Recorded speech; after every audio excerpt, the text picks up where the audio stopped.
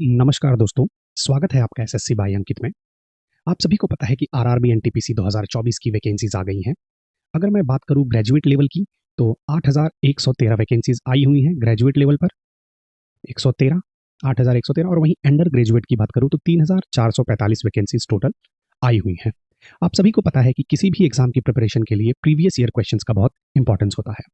तो इस वीडियो में और आने वाले मेरे वीडियोस में मैं आपके लिए प्रीवियस ईयर के क्वेश्चंस लाता रहूंगा। जैसा कि आप यहाँ पर देख सकते हैं कि 2019 में पूछे गए प्रश्न, तो हम पहले 2019 से स्टार्ट करेंगे कि कौन से क्वेश्चंस कब पूछे गए थे 2019 में, और उसे मैं सब्जेक्ट वाइज लेकर आऊंगा। जैसे आज देखिए आप पॉलिटी के 50 क्वेश्चन हैं, वैसे ही अलग अलग सब्जेक्ट्स के क्वेश्चन मैं आप लोगों के लिए लेकर आता रहूंगा। अब ये पॉलिटी के 50 क्वेश्चन हैं, सिर्फ 50 क्वेश्चन नहीं थे, तो वो बहुत ही ज़्यादा क्वेश्चन आए हुए हैं क्योंकि लगभग 133 या प्लस उससे ज़्यादा शिफ्ट्स में एग्जाम हुआ है। और आप सभी को पता है कि जीएस और जीके के 40 क्वेश्चंस एक शिफ्ट में आते हैं। उस तरीके से देखा जाए तो पॉलिटी के काफ़ी क्वेश्चंस बनते हैं। तो मैं पार्ट वाइज आपके लिए पहले पॉलिटी, फिर अलग अलग सब्जेक्ट के ऐसे ही क्वेश्चंस और मिसलेनियस क्वेश्चंस भी लाता रहूंगा प्रीवियस ईयर क्वेश्चंस के, ताकि आपको कहीं और भटकना ना पड़े पीवाईक्यूज के लिए। और वहीं पे प्रैक्टिस क्वेश्चंस भी मैं आप लोगों के लिए बनाता रहूंगा। तो आपको ये सारी जो इन्फॉर्मेशन है, ये सारे जो क्वेश्चंस हैं, वो आपको पीडीएफ फॉर्म में भी मेरे टेलीग्राम चैनल पर अवेलेबल मैं करा दूंगा, जिसका नाम भी एसएससी बाय अंकित है, या फिर उसका लिंक मैं डिस्क्रिप्शन में दूंगा। आप डायरेक्टली वहां से जुड़ के इसका पीडीएफ भी ले सकते हैं और आप प्रैक्टिस भी कर सकते हैं। सभी को पता है प्रीवियस ईयर क्वेश्चंस कितने इंपॉर्टेंट होते हैं। ठीक है, तो आज हम यहाँ पर पॉलिटी के 50 क्वेश्चंस देखेंगे। 2019 में जो एग्जाम हुआ था, एग्जाम लेट हुआ था कोविड की वजह से, और भी बहुत सारी अड़चने थी जिसकी वजह से एग्जाम लेट करा दिया गया था। तो 2020 और 2021 के दरमियान ये एग्जाम हुआ था। तो आप वहाँ पर देखेंगे कि कौन सी शिफ्ट में कौन से दिन ये क्वेश्चन पूछा गया है। कहीं कहीं एक शिफ्ट में 3 से 4 क्वेश्चन भी आए हुए हैं। तो समझ लीजिए कि पॉलिटी 40 में से अगर 3 से 4 क्वेश्चन आ रहा है, यानी लगभग 8 से 10% क्वेश्चन पॉलिटी के आ रहे हैं एक शिफ्ट में, जीएस या जीके से। और ये क्वेश्चन बहुत ही डिफिकल्ट नहीं है, एकदम फैक्चुअल बेस्ड क्वेश्चन होते हैं। तो सिर्फ आरआरबी एनटीपीसी के लिए नहीं, अगर कोई एसएससी की तैयारी कर रहा है या फिर बैंकिंग की तैयारी कर रहा है जहां पर पॉलिटी से रिलेटेड क्वेश्चन आते हैं, तो उन सब के लिए ये वीडियो बहुत इंपॉर्टेंट हो जाएगा।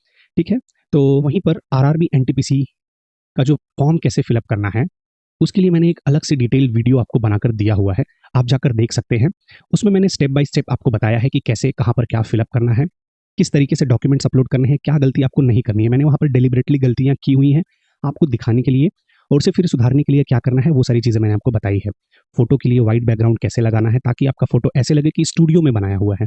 तो ये सारी चीज़ें मैंने आपको बताई हुई है। वीडियो देख सकते हैं आप जाकर, मेरे चैनल पर है, उसका लिंक भी डिस्क्रिप्शन में आपको मिल जाएगा। तो चलिए आज की वीडियो की शुरुआत करते हैं। और वीडियो की शुरुआत करने से पहले एक चीज़ मैं आपसे रिक्वेस्ट करना चाहूँगा कि आप लोग वीडियोस तो देख रहे हैं, लाइक भी कर रहे हैं, लेकिन सब्सक्राइब नहीं कर रहे हैं। आप स्क्रीन पर देख सकते हैं कि 100% में से लगभग 99% लोग वीडियो सब्सक्राइब नहीं कर रहे हैं। तो इसका क्या रीज़न है मुझे पता नहीं। अगर आपको वीडियो पसंद नहीं आ रहा है तो एटलीस्ट कमेंट करके आप बता सकते हैं कि ये चीज़ें सही नहीं है, इसमें इंप्रूव करने की ज़रूरत है। सिर्फ 1% लोग यहाँ पर सब्सक्राइब करते हैं। तो प्लीज़ सब्सक्राइब कीजिए चैनल को, और अगर अच्छा लगता है तो वीडियो लाइक करके शेयर भी कीजिए। आपके लिए काफ़ी हेल्पफुल होने वाला है। फ्री में 50 क्वेश्चंस पॉलिटी के आज के वीडियो के, ऐसे ही 50-50 क्वेश्चंस मैं अलग अलग सब्जेक्ट्स के लेकर आता रहूँगा। तो चलिए विदाउट एनी डिले स्टार्ट करते हैं फर्स्ट क्वेश्चन। तो पहला क्वेश्चन यहाँ पर देखिए, यहाँ पर जो रेड कलर में लिखा होगा ये आपका शिफ्ट और टाइमिंग होंगे। यहाँ पर देखिए डेट लिखी हुई है और टाइम लिखा हुआ है, तो इससे आपको समझते चलना है कि ये कब क्वेश्चन पूछा गया है। तो पहला क्वेश्चन देखेंगे कि लोकसभा में सदस्यों की अधिकतम संख्या यानी मैक्सिमम सीट्स कितनी होती है लोकसभा में, उसके बारे में ये क्वेश्चन पूछा गया। तो मुझे लगता है सभी को पता होगा कि इसका आंसर हो जाएगा डी 550। ठीक है, पहले क्या होता था ना, 552 सीट्स होती थी, जिसमें से जो 2 सीट्स होती थी वो एंग्लो इंडियंस के लिए रिजर्व होती थी। मुझे लगता है ये सभी को पता होगा, एंग्लो इंडियंस के लिए रिजर्व होती थी। लेकिन 2020 में क्या हुआ, गवर्नमेंट ने एक 104th यानी 104 अमेंडमेंट लेके आया, जिसका नंबर था 104, जो 2020 में आया हुआ है। उससे क्या किया गवर्नमेंट ने, ये जो 2 सीट्स थी उसे हटा दिया है। ठीक है, तो एंग्लो इंडियंस के लिए अब कोई रिजर्वेशन नहीं है लोकसभा में। अब यहाँ पर देखिए, एक क्वेश्चन से 2 क्वेश्चन आप बना सकते हैं, या फिर 2 पॉइंटर्स यहाँ पे नोट कर सकते हैं कि मैक्सिमम सीट्स कितनी है, 550। यहाँ पे ये नहीं पूछा गया है कि इलेक्शन कितनों पर होता है। ठीक है, सिर्फ ये पूछा गया है कि मैक्सिमम सीट्स कितनी है, तो वो 550 है। और यहाँ पर एक चीज़ और पूछ सकता है कि 104th अमेंडमेंट जो है वो किससे रिलेटेड है, तो वो है आपका एंग्लो इंडियंस जो है उनको 2 सीट्स जो मिलती थी रिजर्व, उसे अब खत्म कर दिया गया है। ठीक है, ये आपके इस क्वेश्चन का आंसर हो जाएगा। कब आया हुआ है, 28 दिसंबर 2020 को 10:30 से 12 बजे की जो शिफ्ट थी 90 मिनट्स की, उसके दरमियान ये क्वेश्चन आया हुआ है। ओके, मुझे लगता है सभी को समझ गया होगा। आगे की ओर बढ़ते हैं। दूसरा क्वेश्चन देखिए यहाँ पर क्या है, कौन भारत के सबसे युवा राष्ट्रपति थे, सबसे यंगेस्ट कौन थे राष्ट्रपति। अब ये देखिए, ये पहले के बारे में पूछा जा रहा है, यानी 2020 के पहले की बात हो रही है। अगर करंट सिनारियो में पूछा जाए तो करंट सिनारियो में हमारी जो अभी की करंट राष्ट्रपति जी हैं द्रौपदी मुर्मू जी, वो यंगेस्ट हैं। लेकिन जिस समय ये क्वेश्चन पूछा गया था तब राष्ट्रपति द्रौपदी मुर्मू जी नहीं थी। तब कौन था यंगेस्ट, तो सभी को पता है। नहीं पता है तो अब पता चल जाएगा कि श्री नीलम संजीवा रेड्डी जी थे। ठीक है, अब इनके बारे में काफी सारे फैक्ट्स हैं कि ये सीएम थे पहले और बाद में वो प्रेसिडेंट बन चुके हैं। तो एज अ सीएम ऐसा कौन सा प्रेसिडेंट है जो पहले सीएम था, मतलब सीएम भी रह चुका है और वो प्रेसिडेंट है, तो सिर्फ नीलम संजीवा रेड्डी जी हैं। इनके लिए एक दूसरा फैक्ट कह सकते हैं, एक बार क्लियर कर देते हैं, उसके बाद बताते हैं। ठीक है, पहला फैक्ट आपने देखा कि एक प्रेसिडेंट जो सीएम भी रह चुका है। दूसरा, ये अनअपोज्ड प्रेसिडेंट चुने गए हैं, यानी क्या हुआ था कि 37 लोगों ने फॉर्म फिलअप किया था, अप्लाई किया था, कह सकते हैं कि हमें प्रेसिडेंट का इलेक्शन लड़ना है, लेकिन 36 लोगों के फॉर्म रिजेक्ट कर दिए गए थे रिटर्निंग ऑफिसर के द्वारा और सिर्फ ये अकेले ही बचे थे। इसलिए उस समय इलेक्शन करवाने का कोई बनता नहीं था कि इलेक्शन एक के लिए क्या इलेक्शन कराएंगे, तो इसीलिए ये अनअपोज्ड जिसे कहा जाता है ना, वैसे ये राष्ट्रपति यानी प्रेसिडेंट बने हुए हैं। तो अनअपोज्ड प्रेसिडेंट कौन बना हुआ है, तो वो भी नीलम संजीवा रेड्डी जी हैं। और एक चीज हम देख सकते हैं कि ये लोकसभा के स्पीकर भी रह चुके हैं। ये पहले लोकसभा के स्पीकर थे, फर्स्ट नहीं, मतलब प्रेसिडेंट बनने से पहले ये लोकसभा के स्पीकर थे, उसके बाद इन्हें प्रेसिडेंट भी बना दिया गया है। तो यहाँ पर देखिए इनसे रिलेटेड कितने सारे फैक्ट्स हम देख चुके हैं। 3 से 4 हमने फैक्ट भी यहाँ पर देख लिए हैं। और एक चीज बोलूँ तो ये कब प्रेसिडेंट रहे थे, तो 1977 से 1982 तक, इस समय ये प्रेसिडेंट थे। अगर मैं आपसे एक क्वेश्चन पूछूं कि 1977 से 1982 के बीच, यानी 1977 से 82 के बीच प्रधानमंत्री कौन था, अगर आप सभी को पता है कमेंट करके जरूर उत्तर दीजिएगा कि इस समय प्रधानमंत्री भारत का कौन था। ठीक है, तो ये रहा इस क्वेश्चन का आंसर और कुछ फैक्ट्स, ताकि अगर आपसे क्वेश्चन एग्जाम में क्वेश्चन पूछा जाए तो आप इसे आंसर कर सकें। ठीक है, और एक क्वेश्चन अगर मैं आपसे पूछूं कि ये जो नीलम संजीवा रेड्डी जी थे, ये कौन सी लोकसभा के स्पीकर थे। ठीक है, जैसे 10वीं लोकसभा होती है, 15वीं लोकसभा होती है, तो ये कौन सी लोकसभा के स्पीकर थे, यानी अध्यक्ष थे। आप लोग कमेंट करके जरूर बताइएगा, आप लोगों के लिए एक हेल्पफुल होगा टास्क। आगे की ओर बढ़े, नेक्स्ट क्वेश्चन देखिए।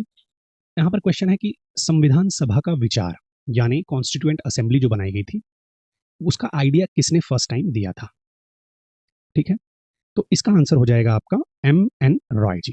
अब M.N. रॉय कौन थे, ये कम्युनिस्ट पार्टी के एक लीडर थे जिन्होंने 1934 में क्या दिया था कि हमें एक संविधान सभा यानी कॉन्स्टिट्यूएंट असेंबली बनानी चाहिए, ऐसा आइडिया, ऐसे विचार इन्होंने पहले रखे थे।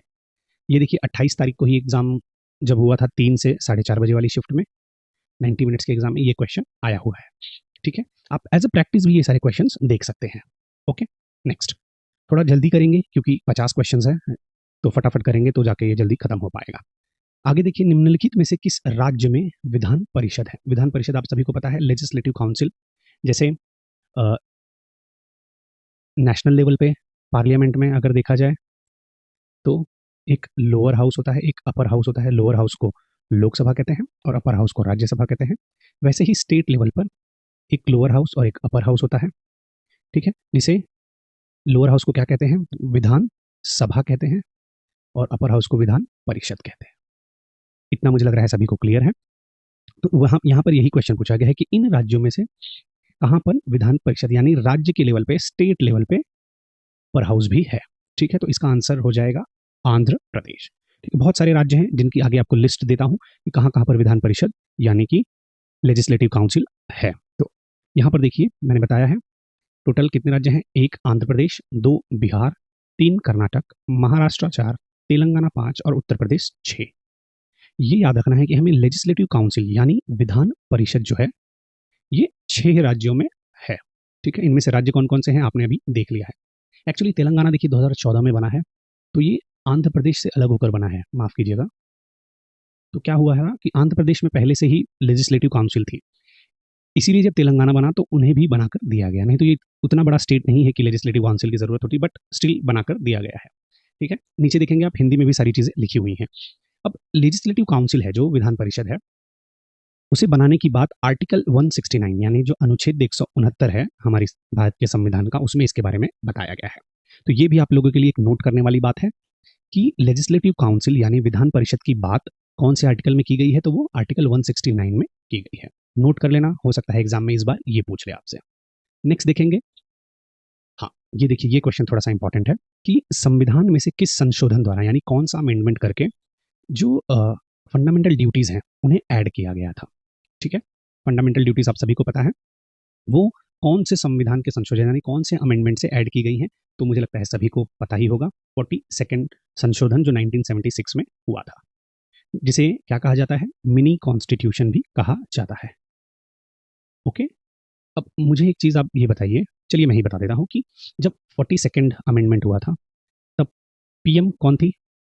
इंदिरा गांधी जी थी।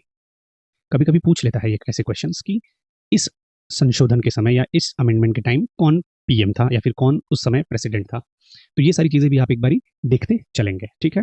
और जो फंडामेंटल ड्यूटीज़ बनाई गई हैं वो कौन से आर्टिकल में है, तो आर्टिकल 51A में। पार्ट उसके लिए एक अलग से क्रिएट किया गया था जिसे पार्ट 4A कहा जाता है, ठीक। ये सारी चीज़ें नोट करने वाली हैं, अगर आपको पता है तो वेरी गुड, आपके लिए एक रिवीजन हो रहा है, और अगर आपको नहीं पता है तो आप इसे नोट कर लीजिएगा, हेल्पफुल होगा। मैं आपसे क्वेश्चंस पूछते चलूंगा कुछ कुछ, जिसे आप अगर पता है तो उसे कमेंट करके आंसर करते चलिएगा। तो इस क्वेश्चन के लिए मेरा आपसे और एक क्वेश्चन होगा कि जो 42nd अमेंडमेंट हुआ था यानी 42वां संशोधन हुआ था, इसे किसने रिकमेंड किया था, कौन सी कमेटी ने इसे रिकमेंड किया था? ये आपके लिए एक क्वेश्चन है, कमेंट में आंसर जरूर कीजिएगा। और एक चीज़ मैं आपको छोटी सी यहाँ पर हेल्पफुल रहेगी, मैं बताना चाहूँगा आपको कि 42nd और 44 जो अमेंडमेंट हुआ था, संशोधन जो हुआ था, वो लोगों को कन्फ्यूजन हो जाता है कि कौन से ईयर में ये हुआ था। तो उसका साल याद रखने के लिए बहुत ही सिंपल सी एक ट्रिक है कि 44 में देखिए 4 4 है तो टोटल 8 हो जाता है, तो 78 याद रखना है। 4 और 2 6 हो जाता है, तो 1976 याद रखना है। कन्फ्यूजन होती है, किसी किसी को होती है, अगर नहीं होती है तो अच्छी बात है, अगर होती है तो ऐसे याद रखिए कि 44 जो है वो 78 में हुआ था, लास्ट में 8 है, 4 + 4, और 4 2 6 होता है, तो ये 1976 में हुआ था। बस एक छोटी सी ट्रिक कह लीजिए या फिर याद रखने का एक आसान तरीका कह सकते हैं, ठीक है। और मैंने आपसे जो क्वेश्चन पूछे हैं वो आंसर आप कमेंट में कर सकते हैं। आगे की ओर बढ़ते हैं। यहाँ पे देखिए कि संविधान दिवस किस तिथि को मनाया जाता है, सभी को आंसर पता होना चाहिए, अगर नहीं पता है तो मुझे लगता है आपकी तैयारी थोड़ी कम है, तो वो है 26 नवंबर। क्यों है इस दिन, क्या किया गया था, संविधान को एक्सेप्ट किया गया था 26 नवंबर 1949 के दिन, ठीक है। और वहीं 26 जनवरी 1950 को संविधान लागू कर दिया गया था, ठीक है। सिंपल सा क्वेश्चन, आगे बढ़ते हैं। यहाँ पर देखिए ये पूछा गया है कि स्वतंत्रता, समानता और बंधुत्व की अवधारणाएं, यानी इंग्लिश में वहीं अगर देखा जाए concept of liberty, equality and fraternity, ये कहाँ से, यानी किस देश के संविधान से ली गई है। तो ये क्वेश्चन बहुत ही इंपॉर्टेंट बनता है, हमें ये सब चीज़ें देखनी है कि किस देश के संविधान से क्या चीज़ें हमारे संविधान में ली गई हैं। आप सभी को पता है हमारा संविधान सबसे बड़ा लिखित संविधान है, रिटन कॉन्स्टिट्यूशन है। तो हमें जो भी चीज़ें अच्छी लगी हैं दूसरे दूसरे संविधान की, दूसरे दूसरे कॉन्स्टिट्यूशन की, वो हमने इंडिया के कॉन्टेक्स्ट में उसे एक्सेप्ट कर लिया है। तो हमें ये बताना है कि ये जो 3 चीज़ें हैं, लिबर्टी, इक्वालिटी और फ्रेटर्निटी, कहाँ से अडॉप्ट की गई हैं। तो ये अडॉप्ट की गई हैं फ्रांस से, आंसर हो जाएगा इसका सी। आगे की जो स्लाइड है उसमें मैंने आपको सारी चीज़ें लिख के दी हुई है कि कौन से देश से कौन सी चीज़ें एक्सेप्ट की गई हैं, इंग्लिश और हिंदी दोनों में। इसका पीडीएफ भी आपको पता है मेरे टेलीग्राम चैनल पर मिल जाएगा। ये देखिए कहाँ से क्या एक्सेप्ट किया गया है, गवर्नमेंट ऑफ इंडिया एक्ट 1935 से, और बाकी सारे देशों से क्या चीज़ें ली गई हैं। आप एक बार इसे रीड कर सकते हैं, अगर आपको पता है तो बहुत अच्छी बात है, एक बार रिवाइज कर लेंगे, नहीं पता है तो इसे आप प्रिंट लेकर भी लगा सकते हैं, ठीक है। आगे की ओर बढ़ते हैं। नेक्स्ट क्वेश्चन देखिए, अब लोकसभा और राज्यसभा जब जॉइंट सिटिंग होती है, ठीक है, जॉइंट सिटिंग क्या होती है, कभी कभी क्या होता है कि कोई कोई बिल ऐसे होते हैं जिसमें डेडलॉक हो जाता है, यानी वो पास नहीं होता है, अटक जाता है किसी एक हाउस में जाकर, तो उसे जॉइंट सिटिंग करके बुलाया जाता है। तो जब जॉइंट सिटिंग होती है यानी राज्यसभा और लोकसभा दोनों लोग बैठते हैं साथ में, तो कौन उसकी अध्यक्षता करता है, उसके अध्यक्ष यानी उसे संचालित कौन करता है, तो उसका आंसर है लोकसभा अध्यक्ष। जो स्पीकर होते हैं लोकसभा के वो उसे क्या करते हैं, अध्यक्षता करते हैं, ठीक है। मैं क्वेश्चन पूछता हूं कि अगर स्पीकर अवेलेबल नहीं है तो कौन बैठेगा इसकी अध्यक्षता करने के लिए। तो यहां पर कौन आ जाता है, तब डिप्यूटी स्पीकर आ जाता है, ठीक है। पहले स्पीकर बैठेगा लोकसभा का, यानी जो लोकसभा का अध्यक्ष होता है, अभी के अगर कॉन्टेक्स्ट में बोला जाए तो ओम बिरला जी हैं लोकसभा के अध्यक्ष। तो अगर जॉइंट सिटिंग होती है तो पहले ओम बिरला जी बैठेंगे, अगर वो भी नहीं है तो डिप्यूटी स्पीकर जो भी होगा वो बैठेगा, अगर वो भी नहीं है तो राज्यसभा का जो डिप्यूटी चेयरमैन होता है, चेयरमैन नहीं, चेयरमैन कौन होता है? उपराष्ट्रपति होता है ना।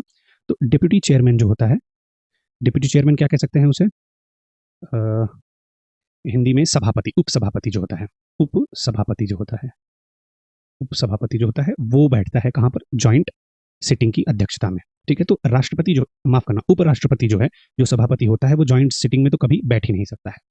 ये एक क्वेश्चन अगर आपसे पूछ ले कि लोकसभा स्पीकर की अनुपस्थिति में, यानी अगर वो एब्सेंट हो तो कौन बैठ सकता है, तो मैंने आपको बता दिया है डिप्यूटी स्पीकर बैठता है, और अगर वो भी नहीं हो तो डिप्यूटी चेयरमैन बैठता है।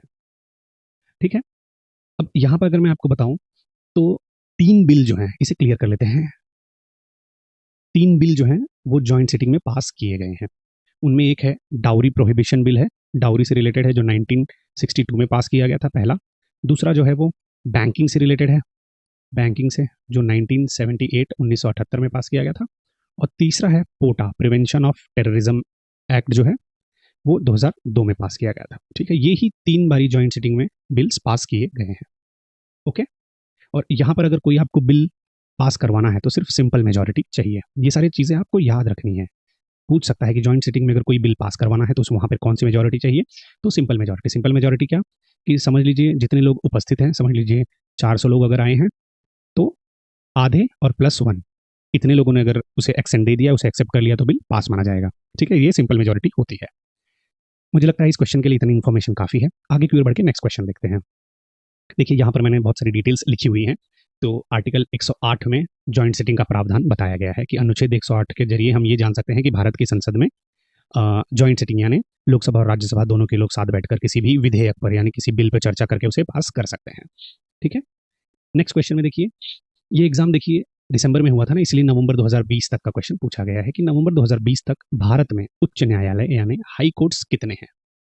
ठीक है, तो टोटल 25 हाई कोर्ट्स हैं। और अभी भी अगर पूछा जाए कि 2024 में जब ये वीडियो रिकॉर्ड किया जा रहा है तभी भी टोटल 25 हाई कोर्ट्स हैं। सुप्रीम कोर्ट तो मुझे लगता नहीं बताने की ज़रूरत है, एक ही होता है, एक ही है, और वो कहाँ पर है? दिल्ली में। ठीक है, नेक्स्ट देखें, अगर क्वेश्चन पूछा गया है कि केंद्र और राज्य से संबंधों से यानी सेंटर और स्टेट के रिलेशंस के लिए बहुत सारी कमिटीज़ बनाई गई थी, तो उनमें से ये कौन सी कमिटी सेंटर स्टेट रिलेशन से संबंधित नहीं है? ये देखिए, नॉट जो है ना वो कैपिटल में लिख, माफ करना, कैपिटल में लिखकर दिया जाता है। हमेशा कैपिटल में लिख के देते ताकि आपकी नज़र पड़ती रहे। ठीक है, तो यहाँ पर अगर हम चेक करें तो जो कोठारी कमीशन है, ये जो है वो सेंटर और स्टेट से रिलेटेड, सेंटर और स्टेट के रिलेशन से रिलेटेड नहीं है। सरकारिया कमीशन ज़रूर है, पुंछी कमीशन जी ये भी है, राजमन्नार कमीशन ये भी है। ये सारी कमिटी जो टिक मार्क की गई हैं, ये सेंटर और स्टेट से रिलेटेड रिलेशंस को स्टैब्लिश करने के लिए बनाई गई थी। ठीक है, बट जो कोठारी कमीशन है वो एजुकेशन सिस्टम को रिव्यू करने के लिए बनाया गया था। ठीक है, अब अगर मैं कुछ इन्फॉर्मेशन दे दूँ तो सरकारिया कमीशन जो है वो 1983 में बनाया गया था, सेंटर स्टेट के रिलेशनशिप को मतलब चेक करने के लिए कह सकते हो, या स्टैब्लिश करने के लिए, मजबूत बनाने के लिए। पुंछी कमीशन जो हम बोल सकते हैं, पंछी कमीशन बोलिए या पुंछी कमीशन, वो 2007 में बनाया गया था।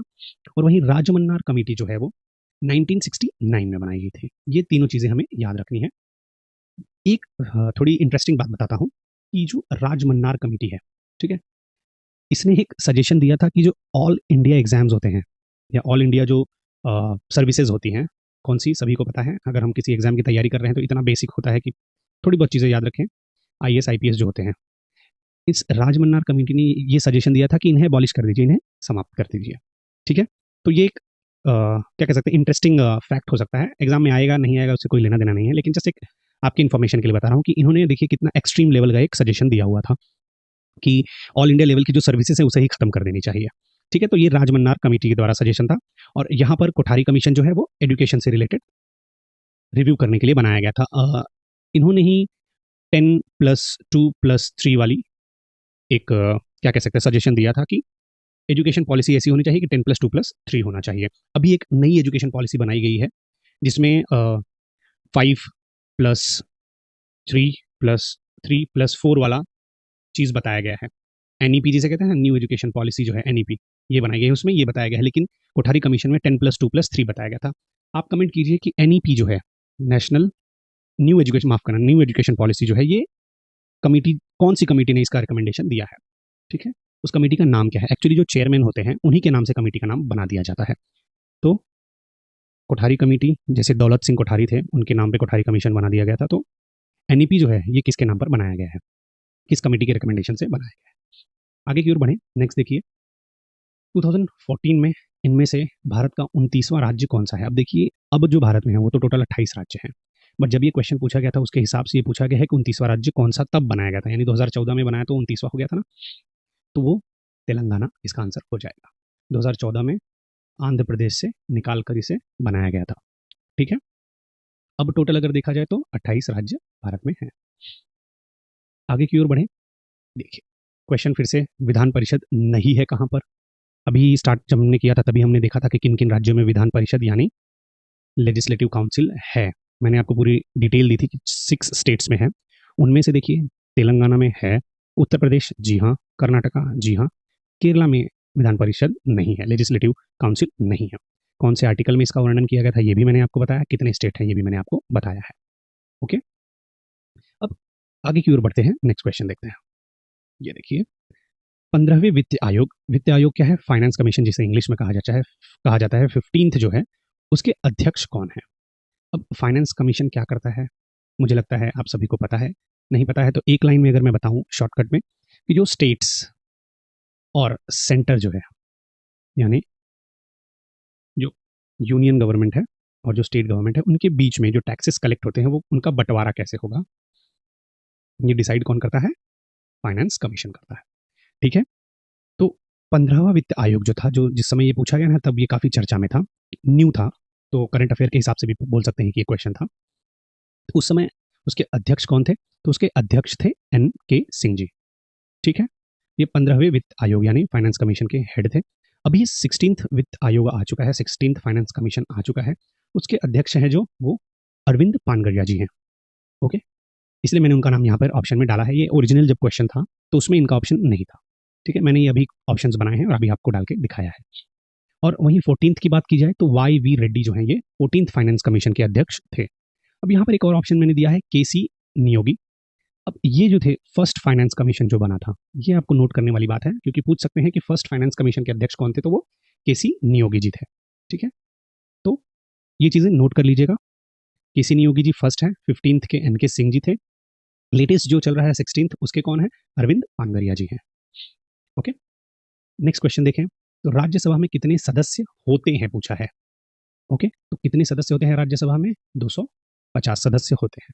अब इनमें से भी एक इंटरेस्टिंग फैक्ट ये है कि 238 जो सदस्य होते हैं उन्हें तो इलेक्ट किया जाता है, इलेक्शन होता है उनका, और जो 12 होते हैं उनका क्या होता है, नॉमिनेशन। ठीक है, क्वेश्चन पूछे कि राज्यसभा के कितने सदस्यों का इलेक्शन होता है, चुनाव होता है, तो वो 238 है। नॉमिनेशन कितनों का होता है, 12 है। अगर बस पूछा जाए कि कितने सदस्य हैं तो वो 250 हैं। ओके,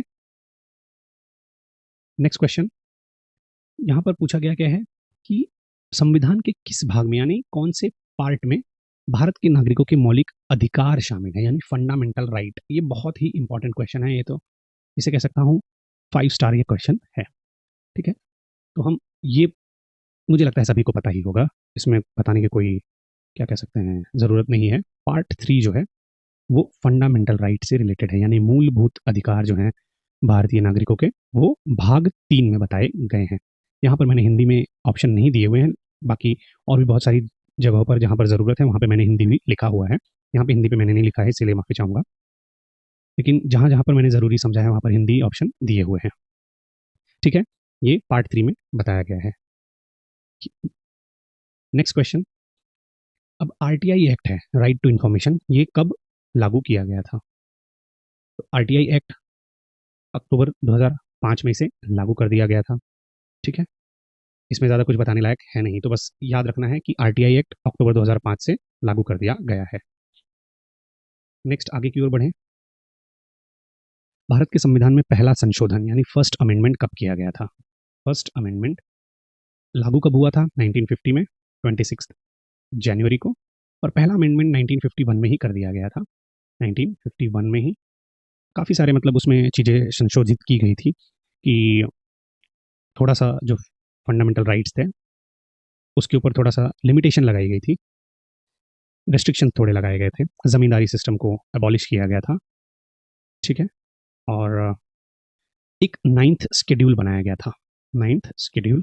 अब 9th शेड्यूल में क्या किया था, कुछ ऐसी चीज़ें उस शेड्यूल में डाल दी गई थी जो जुडिशरी यानी जो न्यायपालिका है उसका रिव्यू ना कर सके, ठीक है, कि ये कॉन्स्टिट्यूशनल है, कोई एक्ट या कोई लॉ या नहीं है, ये जुडिशरी उसका रिव्यू ना कर सके, ठीक है। ये इस चीज़ का एक्सप्लेनेशन है कि पहले संशोधन में क्या क्या चीज़ें हुई थी। बस आपको ये याद रखना है कि कौन से ईयर में किया गया था, 1951 में। आगे की ओर बढ़ते हैं, नेक्स्ट क्वेश्चन देखेंगे कि ये देखिए, एंग्लो इंडियन कम्युनिटी के कितने लोगों को प्रेसिडेंट नॉमिनेट करता है, कहाँ पर, लोकसभा में। अब ये देखिए, उस समय क्वेश्चन पूछा गया था, बट 104 जो संशोधन हुआ था उसमें इसे खत्म कर दिया गया है। तो स्टार्टिंग में पहला ही या दूसरा क्वेश्चन था Anglo Indian, I mean Lok Sabha से रिलेटेड था, तो उसमें बताया गया था कि 2 सदस्य हैं जिन्हें नॉमिनेट किया जाता है, लेकिन अब ये चीज़ें नहीं होती हैं। नेक्स्ट, यहाँ पर देखिए क्वेश्चन बोला गया है कि right to free and compulsory education act कब पास किया गया था। निशुल्क एवं अनिवार्य शिक्षा का अधिकार अधिनियम संसद द्वारा किस वर्ष पारित किया गया था। तो ये पारित किया गया था 2009 में। ऑप्शन सी इसका करेक्ट आंसर हो जाएगा, ठीक है। नेक्स्ट क्वेश्चन देखिए कि वर्तमान में संविधान की 8वीं अनुसूची यानी 8th शेड्यूल जो है उसमें कितनी लैंग्वेजेस बताई गई हैं। 8th शेड्यूल में टोटल कितनी लैंग्वेजेस हैं, लगभग 22 लैंग्वेजेस यहाँ पर बताई गई हैं, ठीक है। आपको एक बार क्या करना है कि ये सारी 22 लैंग्वेजेस देख लेनी है, देख लेनी है कि कौन कौन सी इसमें शामिल है। हो सकता है कोई 4 ऑप्शन दे दे और पूछे कि इनमें से कौन सा 8th शेड्यूल में नहीं है, ठीक है। नेक्स्ट देखते हैं कि भारत में राज्य पुनर्गठन यानी जो स्टेट रीऑर्गेनाइजेशन कमीशन है वो कब बनाया गया था। ये बहुत पुराना क्या कह सकते हैं कमीशन है, तो इसके बारे में पूछा गया है। ये बनाया गया था 1953 में, ठीक, 1953 में स्टेट रीऑर्गेनाइजेशन कमीशन बनाया गया था। यहाँ पर अगर आप एक चीज़ नोटिस करेंगे कि फैक्चुअल क्वेश्चंस ही पूछे जा रहे हैं, या तो कौन से आर्टिकल में क्या बताया गया है, ईयर पूछा जा रहा है, ऐसे फैक्चुअल नंबर से रिलेटेड ही क्वेश्चंस ज़्यादा पूछे जा रहे हैं, ठीक है।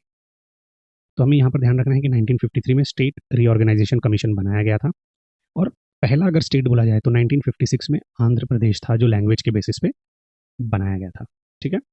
और 1953 में जो कमेटी बनाई गई थी उसमें कौन कौन थे, तो उसमें 3 लोगों का नाम है कि जस्टिस फजल अली थे, दूसरे KM पैनिकर बोला जाएगा, और तीसरे थे HN कुंजरू।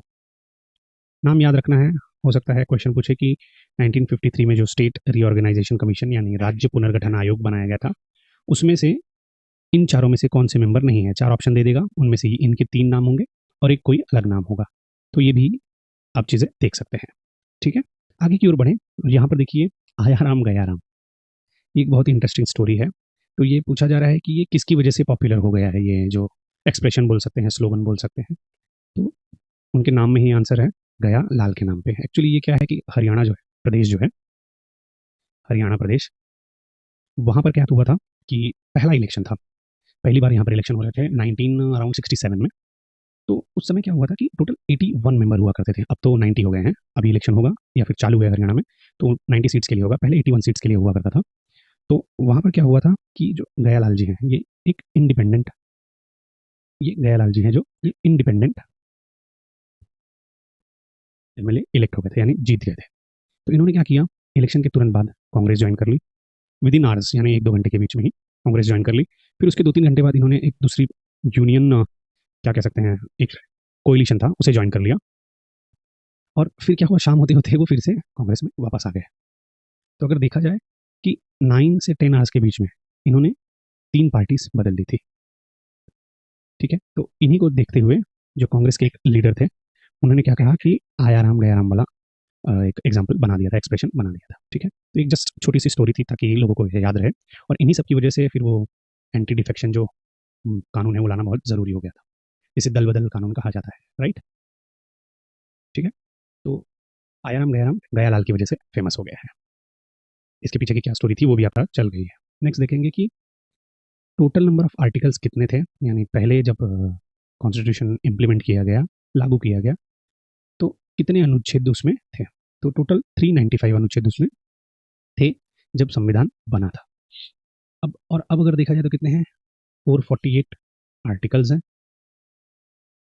और वहीं अगर पार्ट्स की बात की जाए, भाग की बात की जाए, तो पहले 22 भाग थे, अब 25 पार्ट्स हो गए हैं, आर्टिकल पहले 395 थे, पार्ट जो थे वो 22 थे, शेड्यूल्स जो थे वो 8 थे और अब हो चुके हैं 12 शेड्यूल। ठीक है, ओके, ये याद रखना है। नेक्स्ट आगे की ओर बढ़ते हैं। राज्यसभा के प्रथम सभापति कौन थे? ठीक है, ये अगर आपको नहीं भी पता है कि फर्स्ट चेयरमैन कौन थे, आपको पता होना चाहिए कि जो राज्यसभा का चेयरमैन है वो कौन होता है। वाइस प्रेसिडेंट जो होता है वही राज्यसभा का चेयरमैन बनता है। तो अगर वाइस प्रेसिडेंट कौन था भारत का पहला, ये आपको पता है तो आपको इसका आंसर भी पता है। थोड़ा सा घुमा के पूछा है, बहुत लोग क्या है, बहुत कम समय होता है तो थोड़ा कंफ्यूज हो जाते हैं क्योंकि उस समय दिमाग किसी और चीज़ में रहता है।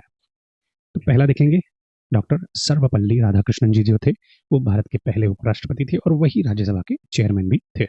ठीक है, नेक्स्ट क्वेश्चन की ओर देखें। तो ये देखिए यहाँ पे, संघ की मंत्रिपरिषद यानी जो काउंसिल ऑफ मिनिस्टर्स होते हैं यूनियन में, यानी जो सरकार बनती है उसमें जो मिनिस्टर्स बनाए जाते हैं, तो कितने लोगों को मिनिस्टर बनाया जा सकता है? राइट, अब अगर आपने 300 सीट जीत के आए हैं तो ऐसा तो है नहीं कि 300 के 300 को बना लेंगे या 100 के 100 को बना लेंगे। कुछ एक नंबर होना चाहिए कितने मिनिस्टर बने।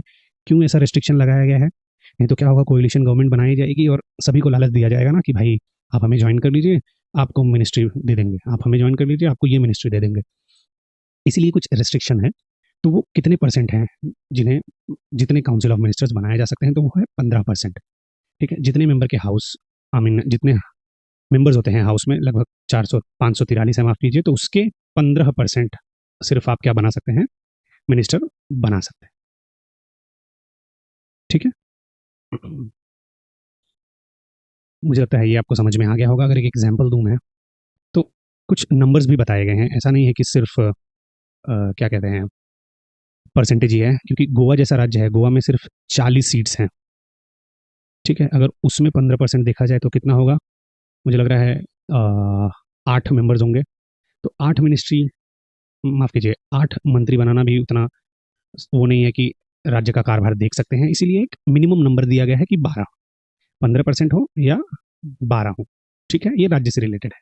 ठीक है, क्योंकि और जब आप यूनियन लेवल पे देखेंगे तो 15% तो काफ़ी हो जाता है। 15% अगर 543 सीट्स हैं तो 10% ही इसका 55 के करीब हो जाता है, तो 15% तो और भी ऊपर जाएगा, लगभग 70 से 80 के बीच में हो जाता है। ठीक है, यहाँ पर एक ये दिया गया है कि मिनिमम 12 तो होने ही चाहिए और 15% चल सकता है। छोटे राज्यों में क्योंकि ये 15% वाला क्राइटेरिया बराबर बैठ नहीं पाएगा ना, इसलिए ओके, यहाँ पर 15% इसका ऑप्शन हो जाता है। आगे की ओर बढ़े तो नवंबर 2020 तक भारत के मुख्य न्यायाधीश कौन थे? जब ये पेपर हुआ था, इसलिए हो सकता है, देखिए 2021 में पेपर हो गया था, जनवरी में पहुंच गया था, क्योंकि दिसंबर से चालू होकर जनवरी और आगे तक गया था, क्योंकि कोरोना था तो शिफ्ट वाइज एक दिन में 2 ही शिफ्ट हो रही थी, इसलिए थोड़ा आगे तक एग्जाम खींचा था। तो उस समय कौन था मुख्य न्यायाधीश, ये पूछा गया है। तो उस समय मुझे लगता है सभी को पता होगा कि कौन न्यायाधीश थे। शरद अरविंद बोबड़े, SA बोबड़े जिसे कहा जाता है। ओके, ये थे। अब करंट में अगर मैं पूछूं कि भारत के मुख्य न्यायाधीश कौन है, तो सभी को पता है धनंजय यशवंत चंद्रचूड़ जी हैं। ये भारत के 50वें चीफ जस्टिस ऑफ इंडिया हैं। ठीक है, और अगर मैं एक क्वेश्चन आपसे और पूछूं कि भारत के पहले CJI कौन थे, चीफ जस्टिस ऑफ इंडिया कौन थे, तो वो हो जाएंगे HJ कानिया। ठीक है, HJ से क्या हो जाएगा, H से हरीलाल नाम था, J किशुन दास, हरीलाल J किशुन दास कानिया, ये उनका नाम हो जाएगा। ये फर्स्ट CJI थे। ठीक है, एक चीज अगर और पूछा जाए कि लॉन्गेस्ट सर्विंग यानी सबसे ज्यादा दिनों तक CJI कौन रहा है, तो जो धनंजय यशवंत चंद्रचूड़ जी हैं, इनके ही पिताजी थे यशवंत चंद्रचूड़, यशवंत चंद्रचूड़। ये लगभग 7 साल के लिए CJI थे। ठीक है, ये 16th CJI थे, 16वें लॉन्गेस्ट सर्विंग CJI ये हैं। ठीक है, मुझे लगता है कि ये क्लियर है। आगे की ओर बढ़ते हैं। नेक्स्ट क्वेश्चन देखिए कि भारत में दूसरा सर्वोच्च संवैधानिक कार्यालय कौन सा होता है, यानी भारत में सेकंड हाईएस्ट कॉन्स्टिट्यूशनल पोजीशन कौन सी है? पहला कौन सा होता है, सबको पता ही है, प्रेसिडेंट। प्रेसिडेंट के बाद कौन आता है, ऑफ कोर्स वाइस प्रेसिडेंट या उपराष्ट्रपति आता है, तो ये सेकंड हाईएस्ट पोजीशन हो जाती है। ओके, नेक्स्ट देखिए, संविधान का कौन सा अनुच्छेद सार्वजनिक रोजगार में समान अवसर का अधिकार देता है, यानी जो गवर्नमेंट जॉब्स होते हैं उसमें इक्वल अपॉर्चुनिटी प्रोवाइड करना है, ये कौन से आर्टिकल में बताया गया है कॉन्स्टिट्यूशन के? इसमें तो कोई दो राय नहीं होनी चाहिए। आर्टिकल नंबर, माफ करना, 16 में ये चीज़ें आपको बताई गई हैं कि गवर्नमेंट जो है या फिर जो पब्लिक एम्प्लॉयमेंट है उसमें कोई भी भेदभाव नहीं किया जा सकता है, सभी को इक्वल अपॉर्चुनिटी प्रोवाइड की जाएगी। ओके, नेक्स्ट क्वेश्चन देखें। यहाँ पर एक क्या कहते हैं कथन दिया गया है, इसे किसने कहा है, उनका नाम पूछा गया है। तो हिंदी में अगर मैं इसे रीड करूं कि संविधान के मौलिक विचारों में किसी के पास कोई पेटेंट अधिकार नहीं है। अब ये देखिए ये किसने कहा है और कब कहा है। मैंने आपको जैसे स्टार्टिंग में ही बताया कि बहुत सारे देशों से बहुत सारी चीज़ें संविधान में अपने ली गई हैं, जहाँ से हमें जो चीज़ें रिक्वायर लगी कि अच्छी हैं, ये हमारे देश में भी होनी चाहिए, वहाँ से हमने ली है। तो उस पर जब क्रिटिसाइज़ किया गया कि बहुत सारे लोग देश के संविधान से मिलकर भारत का संविधान बनाया गया है, तब डॉक्टर भीमराव अंबेडकर जी ने कहा था कि संविधान के मौलिक विचारों में किसी के पास कोई पेटेंट अधिकार नहीं है, कि मतलब जो फंडामेंटल राइट्स होते हैं उस पर किसी का सोल राइट नहीं है, कोई पेटेंट नहीं करवा लिया है कि ये सिर्फ इसी देश में रहेगा। जाहिर सी बात है, अगर कोई अच्छी चीज़ है तो हर जगह होनी चाहिए, इसमें कोई गलत तो है नहीं। इसलिए बी आर अम्बेडकर जी ने ऐसा कहा था। ठीक है, तो इसका आंसर हो जाएगा doctor B R Ambedkar ji. Okay, next question देखिए। अब यहाँ पर क्वेश्चन पूछा गया है कि सेम किसी ने कुछ कहा था। अब ये देखिए, मुझे लग रहा है ये सेम शिफ्ट में है क्या। 8 तारीख को 3 से 4:30, 8 तारीख को 3 से 4:30। देखिए पॉलिटी के ही 2 क्वेश्चन किसी ने कुछ कहा है उससे रिलेटेड है, तो ये भी आपके लिए एक बहुत इंपॉर्टेंट क्वेश्चन हो जाता है, क्योंकि अगर कुछ कॉन्स्टिट्यूशन से रिलेटेड बोल रहा है तो वो भी आपको याद रखना है। यहाँ पर देखिए क्या कहा गया है कि मेरा मानना है कि पृथक निर्वाचन क्षेत्र, पृथक यानी डिफरेंट, जो सेपरेट इलेक्टोरेट्स होंगे अल्पसंख्यकों के लिए, वो आत्मघाती होगा। इंग्लिश में वही रीड करूं कि I believe separate electorates will be suicidal to the minorities. अब ये किसने कहा है, ये कहा है गोविंद बल्लभ पंत जी ने। याद रखना है हमें, इस क्वेश्चन का आंसर है जी पी पंत, गोविंद बल्लभ पंत। आगे मैंने आगे की स्लाइड में कुछ क्या क्या कह सकते हैं इसे, कुछ कथन दिए हैं जिन्होंने कॉन्स्टिट्यूशन से रिलेटेड कुछ कहा है। तो हमें याद रखना है जवाहरलाल नेहरू, राम मनोहर लोहिया, सरदार वल्लभ भाई पटेल, सर्वपल्ली राधाकृष्णन, राजेंद्र प्रसाद, महात्मा गांधी, जवाहरलाल नेहरू, बी आर अम्बेडकर। सिर्फ इंग्लिश में नहीं है, आगे हिंदी में भी इन्हीं चीज़ को मैंने बताया है। तो ये कुछ कथन है, ऐसे ही सारे कथन लिख कर देना पॉसिबल नहीं है, कुछ लिख कर मैंने दिए हैं जो इंपॉर्टेंट पर्सनैलिटीज़ हैं। तो अगर एग्जाम में आता है तो आप यहाँ पर देख के उसे आंसर कर सकते हैं। यहाँ पर हिंदी में सेम चीज़ें बताई गई हैं। तो आगे की ओर बढ़ते हैं, नेक्स्ट क्वेश्चन देखते हैं। सेम चीज़ मुझे लग रहा है ये क्वेश्चन रिपीट हो गया है कि मेरा मानना है पृथक निर्वाचन क्षेत्र अल्पसंख्यकों के लिए आत्मघाती होगा। अभी हमने ये किया, शायद क्वेश्चन डबल हो चुका है, तो वो जी बी पंत जी थे, गोविंद बल्लभ पंत। इनसे एक फैक्चुअल क्वेश्चन बनता है, देखिए आप आंसर कर पाते हैं नहीं, कि ये कौन सा एक स्टेट था जिसके फर्स्ट सीएम थे। ओके, उस स्टेट का नाम आप कमेंट करके जरूर बताइएगा। ओके, नेक्स्ट क्वेश्चन देखिए कि भारत की पहली महिला राष्ट्रपति कौन थी। ये बहुत ही सिंपल क्वेश्चन है, अगर किसी ने इसे आंसर नहीं किया होगा तो उसका क्या कहते हैं तैयारी करना ही व्यर्थ है। तो कौन थी, प्रतिभा जी पाटिल भारत की पहली महिला राष्ट्रपति थी, और अभी की करंट कौन है, द्रौपदी मुर्मू जी है, इसलिए मैंने उनका नाम अभी भी डाल दिया है। ठीक, ये द्रौपदी मुर्मू जी की अगर बात की जाए तो पहली आदिवासी महिला है जो प्रेसिडेंट बनी है। ओके, नेक्स्ट देखते हैं।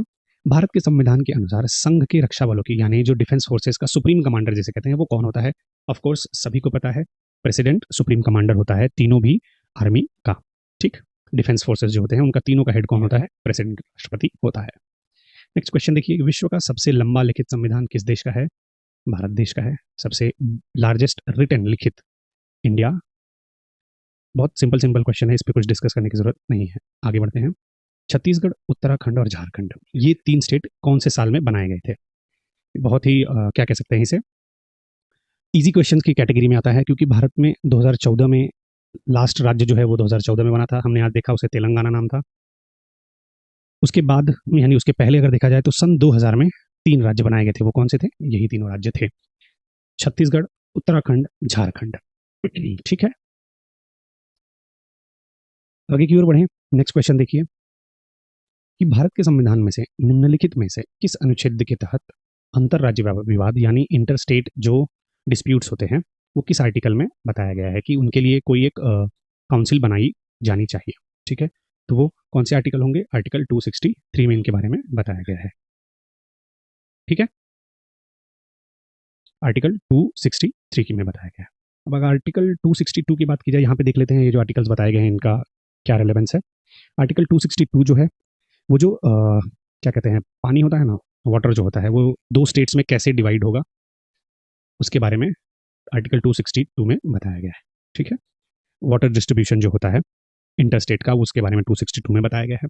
263 में इंटरस्टेट काउंसिल जो बनाई जाएगी उसके बारे में बताया गया है। 264 जो है वो जो फाइनेंस कमीशन से रिलेटेड जो चीज़ें हैं उसके बारे में बताया गया है। 264 क्या क्या कर सकते हैं कि जो टैक्सेस होते हैं वो एक एलिजिबल अथॉरिटी जो होती है गवर्नमेंट के द्वारा जो जिसे अपॉइंट किया जा सकता है वही कलेक्ट कर सकता है। नेक्स्ट देखेंगे तो यहाँ पर क्या है क्वेश्चन कि संसदीय प्रणाली में विधायी यानी लेजिस्लेटिव, न्यायिक और आपातकालीन शक्तियों का प्रयोग, legislative, judicial and emergency powers का जो इस्तेमाल है वो राष्ट्रपति किसकी सलाह पर यानी किसकी एडवाइस पे कर सकता है।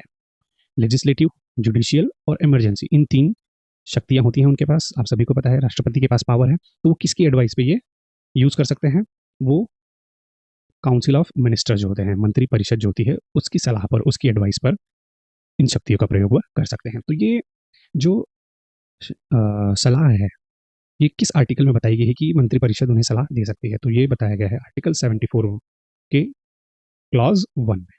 ठीक है, कि काउंसिल ऑफ मिनिस्टर्स जो है, जो प्रधानमंत्री जिसकी क्या कर सकते हैं, अध्यक्षता करते हैं, वो सलाह दे सकते हैं राष्ट्रपति को। ओके, और आर्टिकल 74 जो क्लॉज 2 है उसमें ये बोला गया है कि जो सलाह दी जाएगी यानी जो एडवाइस दी जाएगी काउंसिल ऑफ मिनिस्टर्स के द्वारा किसके, प्रेसिडेंट को, उसे किसी कोर्ट में चैलेंज नहीं किया जा सकता है कि ये सलाह क्यों दी भाई आपने, चाहे सही बताया हो या गलत बताया हो, जो दिया है सलाह वो दिया है, उसे आप कोर्ट में जाके चैलेंज नहीं कर सकते हैं। ओके, नेक्स्ट क्वेश्चन की ओर बढ़े। यहाँ पर ये पूछा गया है कि the organ of government that primarily looks after the functions of implementation and administration, यानी कार्यान्वयन और प्रशासन का कार्य इनमें से कौन करता है। ठीक है, इलेक्शन कमीशन करेगा क्या, नहीं। जुडिशरी क्यों भाई एडमिनिस्ट्रेशन का काम करेगी, नहीं करेगी। लेजिस्लेचर जो है वो कानून बनाने का काम करेगा। इम्प्लीमेंट करना यानी उसका कार्यान्वयन कौन करेगा, एग्जीक्यूटिव। नाम से ही देखिए कार्यकारिणी है, एग्जीक्यूट करने वाला काम कौन करेगा, एग्जीक्यूटिव करती है। तो इसका आंसर क्या हो जाएगा, एग्जीक्यूटिव। ओके, नेक्स्ट आगे बढ़े तो सर्व शिक्षा अभियान जो भारत सरकार का एक फ्लैगशिप प्रोग्राम है, प्रमुख कार्यक्रम है, वो कौन सी एज ग्रुप के बच्चों के लिए बनाया गया है। तो वो कौन सी एज ग्रुप के बच्चों के लिए है, इसका ऑप्शन हो जाएगा ऑप्शन सी, 6 से 14 साल के बच्चों के लिए ये प्रोग्राम बनाया गया है। ओके, नेक्स्ट क्वेश्चन देखेंगे कि भारत के चुनाव आयोग के अनुसार राजनीतिक दल अपना घोषणा पत्र, अच्छा जो इलेक्शन होता है तो जो पॉलिटिकल पार्टीज होती है अपना घोषणा पत्र मैनिफेस्टो जारी करती हैं, तो वो इलेक्शन होने से कितने टाइम पहले तक नहीं, कितने टाइम के पहले नहीं किया जा सकता। यानी जैसे फॉर एग्जांपल आज इलेक्शन है तो आज के कितने घंटे पहले ही उन्हें जारी कर देना है, उसके बाद वो नहीं कर सकते। तो वो टाइम है 48 आवर्स। ठीक है, जैसे फॉर एग्जांपल 20 तारीख को अगर इलेक्शन है तो उसके 48 पहले आवर्स पहले यानी 18 तारीख के बाद मैनिफेस्टो जारी नहीं कर सकते। ठीक है, तो 48 आवर्स के चुनाव की पूर्व अवधि में ही इसे जारी किया जा सकता है। ठीक, नेक्स्ट क्वेश्चन। अब यहाँ पर एक क्वेश्चन है कि जो all the bills introduced and passed by both the houses, यानी लोकसभा और राज्यसभा जो भी बिल्स पास करती है वो किसकी हामी के बाद ही, किसकी सहमति प्राप्त होने के बाद ही उसे कानून का रूप दिया जाता है। तो सभी को पता है कि प्रेसिडेंट जब असेंट देते हैं तभी कोई भी बिल जो है वो कानून में परिवर्तित हो जाता है। ठीक है, नेक्स्ट 16वीं लोकसभा के अध्यक्ष कौन थे। एक्चुअली यहाँ पर थे नहीं होना चाहिए, अगर हिंदी में देखा जाए तो पूछा भी होगा, मुझे लग रहा है एग्जाम में थी ही है। ठीक है, 16वीं लोकसभा की अध्यक्ष कौन थी, सुमित्रा महाजन थी। ठीक है, यहाँ पे अगर थी लगा देते हैं तो 1 और 2 ही ऑप्शन आपके लिए बच जाता था, इसीलिए। ठीक है, तो कौन थी, सुमित्रा महाजन जी थी 16वीं लोकसभा जो 2014 में इलेक्शन हुआ था तब की। और अगर यही 15वीं की बात की जाए तो 2009 में जो इलेक्शन हुआ था उसकी भी फीमेल ही थी, जो मीरा कुमार जी थी। वो पहली लोकसभा की स्पीकर थी female. Okay, Meera Kumar ji UPA के कार्यकाल में वो बनाई गई थी, ये एनडीए के दौरान बनाई गई थी। ओके, अभी 17वीं, माफ करना, और 18वीं लोकसभा का स्पीकर कौन है, ओम बिरला। याद रखना है, हमें पूछा जा सकता है। अब ओम बिरला जी लगातार दूसरी बार इलेक्ट हुए हैं और इसी समय एक प्रोटेम स्पीकर की पदवी होती है, प्रोटेम स्पीकर। इसका आंसर आप कीजिएगा कि इस वर्ष 2024 का जो चुनाव हुआ था उसमें प्रोटेम स्पीकर किसे बनाया गया था। ठीक है, कमेंट करके जरूर बताइएगा। नेक्स्ट क्वेश्चन देखिए कि भारत के संविधान के अनुसार पंचायत का सदस्य पूछा गया है, मेंबर बनने के लिए पंचायत का मिनिमम एज क्या होनी चाहिए, मिनिमम एज क्या होनी चाहिए। तो मिनिमम एज है उसके लिए 21 वर्ष, यानी ऑप्शन बी 21 साल होनी चाहिए आयु मेंबर बनने के लिए पंचायत का। ओके, अब ये किस आर्टिकल में बताया गया है? तो ये आर्टिकल 243F में इसके बारे में बताया गया है कि ग्राम पंचायत का अगर आपको सदस्य बनना है तो 21 वर्ष की आपकी आयु होनी चाहिए। नेक्स्ट देखिए, कौन से अनुच्छेद में राज्यपाल की नियुक्ति से संबंधित है? अब भारत के संविधान का कौन सा अनुच्छेद है, यानी कौन सा आर्टिकल है जो गवर्नर के अपॉइंटमेंट को बताता है? तो वो है आर्टिकल आपका 155 है। ठीक है, 155 आर्टिकल में ये बताया गया है कि ये राज्यपाल होगा। ठीक है, अब वहीं देख लिया, अगर 156 किससे रिलेटेड है? तो राज्यपाल से ही रिलेटेड है, लेकिन उनके टर्म्स बताए गए हैं। कोई ऑफिस में अपॉइंट होता है तो उसके क्या क्या टर्म्स होंगे। 157 में होगा कि उसकी क्वालिफिकेशन क्या होगी, पात्रता क्या होगी, और 158 में कंडीशंस बताई गई हैं। ठीक है, तो ये सारे जो आर्टिकल्स हैं रिलेटेड वो राज्यपाल से ही हैं, गवर्नर से ही हैं, लेकिन अलग अलग चीज़ें उसमें बताई गई हैं। बस आर्टिकल 155 जो है वो एक गवर्नर का ऑफिस होगा, यानी एक गवर्नर होगा, उसके बारे में बताया गया है कि उसे अपॉइंट करना है, गवर्नर को अपॉइंट करना है। ये आर्टिकल 155 में बताया गया है। आगे की ओर बढ़ें, यहाँ पर देखिए ये बताया गया है कि लोकसभा और राज्य की विधानसभा में, मतलब जो इलेक्शंस होते हैं उसमें जो मिनिमम एज होती है वो पहले 21 थी, उसे फिर 18 कर दिया गया है, यानी 21 से गिराकर 18 कर दिया गया है। तो ये किस वर्ष किया गया था, ये आपसे पूछा गया है यहाँ पर। तो ये किस वर्ष किया गया था? 1988 में किया गया था। अब इससे रिलेटेड एक चीज़ ये है कि 61st जो अमेंडमेंट है, यानी संशोधन है, 61वां संशोधन जो था, जो कब हुआ था? 1988 में हुआ था। तब क्या किया गया था कि एज को 21 से 18 कर दिया गया था। आर्टिकल किस में बताया गया है? ये आर्टिकल 326 में इसके बारे में हमें बताया गया है। अब उस समय पीएम कौन थे? राजीव गांधी जी थे। राजीव गांधी जी। प्रेसिडेंट कौन थे? वेंकट रमन जी थे उस समय प्रेसिडेंट, वेंकट रमन। ओके, 1988 की बात ये हो रही है। ये सारी चीज़ें उस समय के लिए इंपॉर्टेंट हो जाएंगी, क्योंकि अब यहाँ पर तो देखिए क्वेश्चन पूछा है ईयर, इस बार पूछ सकता है कौन सा अमेंडमेंट था, या फिर पूछ सकता है उस समय पीएम कौन थे या प्रेसिडेंट कौन थे। इससे ज़्यादा और कोई क्वेश्चन पूछेगा। आर्टिकल भी एक बता दिया है मैंने। ठीक है, नेक्स्ट क्वेश्चन देखिए कि निम्नलिखित में से कौन सा भारतीय संविधान की प्रारूप समिति का सदस्य नहीं था? प्रारूप समिति क्या है? जो ड्राफ्टिंग कमेटी होती है, उसका मेंबर इनमें से कौन नहीं था? तो इनमें से कौन मेंबर नहीं था? एवी ठक्कर जी इसके मेंबर नहीं थे। चलिए इसी क्वेश्चन का आंसर आप ये बताइए कि ड्राफ्टिंग कमेटी का हेड कौन था, चेयरमैन कौन था? ठीक है, आपको ये क्वेश्चन का आंसर कमेंट में करना है। ओके, नेक्स्ट क्वेश्चन देखिए कि भारतीय राजनीतिक व्यवस्था के तहत डैश में महिलाओं के लिए आरक्षण है। ठीक है, अब किस सिस्टम, इस इंडियन पॉलिटिक्स में उस समय 2021 में देखिए वुमेन एम्पावरमेंट का जो 33% का रिजर्वेशन पार्लियामेंट में दिया गया है, वो तब तक लागू नहीं किया गया था। ठीक है, तो इसलिए लोकसभा और राज्यसभा तो आएंगे नहीं, क्योंकि 2021 का क्वेश्चन है। तो ये पूछा गया है कि कहाँ पर, कौन से पॉलिटिकल सिस्टम में फीमेल की रिजर्वेशन है? तो वो है पंचायती राज इंस्टीट्यूशन में, स्टेट असेंबलीज में भी नहीं है। ठीक है, ये उस समय की बात हो रही है 2021 की। अभी जो 33% रिजर्वेशन दिया गया है वो 2024 में दिया गया है, इसलिए तब ये लागू नहीं था। तो तब के लिए आंसर क्या हो जाएगा? पंचायती राज इंस्टीट्यूशंस। ओके, नेक्स्ट देखिए क्या है, 2019 में कितने सीट्स के लिए इलेक्शन हुआ था? ठीक है, 2024 में भी सेम सीट्स के लिए, उतनी ही सीट्स के लिए इलेक्शन हुआ है, तो वो है 543 सीट्स के लिए इलेक्शन हो चुका है। ओके, नेक्स्ट देखिए, तो ठीक है, आज के लिए ये लास्ट क्वेश्चन था। हमने टोटल 50 क्वेश्चंस देख लिए हैं। अगर आप देखेंगे तो पार्ट 2 भी मेरा रेडी है, उसमें भी 50 क्वेश्चंस रेडी हैं। ऐसे ही बहुत सारे पार्ट्स मैंने बना के रखे हुए हैं, पॉलिटी के सारे क्वेश्चंस एक एक वीडियो में कवर करते हुए हम चलेंगे। ठीक है, तो ये जो पार्ट 2 है अगले वीडियो में आपके लिए लेकर आऊँगा, तब लेकर आऊँगा। इसमें देखिए टोटल लगभग मुझे लग रहा है 50 क्वेश्चन या उससे ज़्यादा ही होंगे, क्योंकि बीच बीच में मैंने अलग अलग क्वेश्चन आपको और भी पूछे हैं, तो मुझे लग रहा है 60 से 70 क्वेश्चन टोटल बन गए हैं। और आप मुझे ये कमेंट करके बता सकते हैं सारे क्वेश्चंस के आंसर, और कुछ सजेशन है तो वो भी मुझे दे सकते हैं कि ये चीज़ें मिसिंग है। ये चीज़ों के लिए भी आप वीडियो बनाइए, कोई और सब्जेक्ट है या कोई और टॉपिक है तो उसके लिए भी आप पूछ सकते हैं मुझसे कमेंट करके। और अगर आपको वीडियो पसंद आता है तो लाइक कीजिए, और अगर वीडियो जहाँ तक देख रहे हैं अच्छा लगा हो तो चैनल को भी सब्सक्राइब कीजिए, क्योंकि बहुत सारी वीडियोज़ मैं आपके लिए लेकर आने वाला हूँ। ठीक है, मिलेंगे आपसे नेक्स्ट वीडियो में, तब तक के लिए धन्यवाद।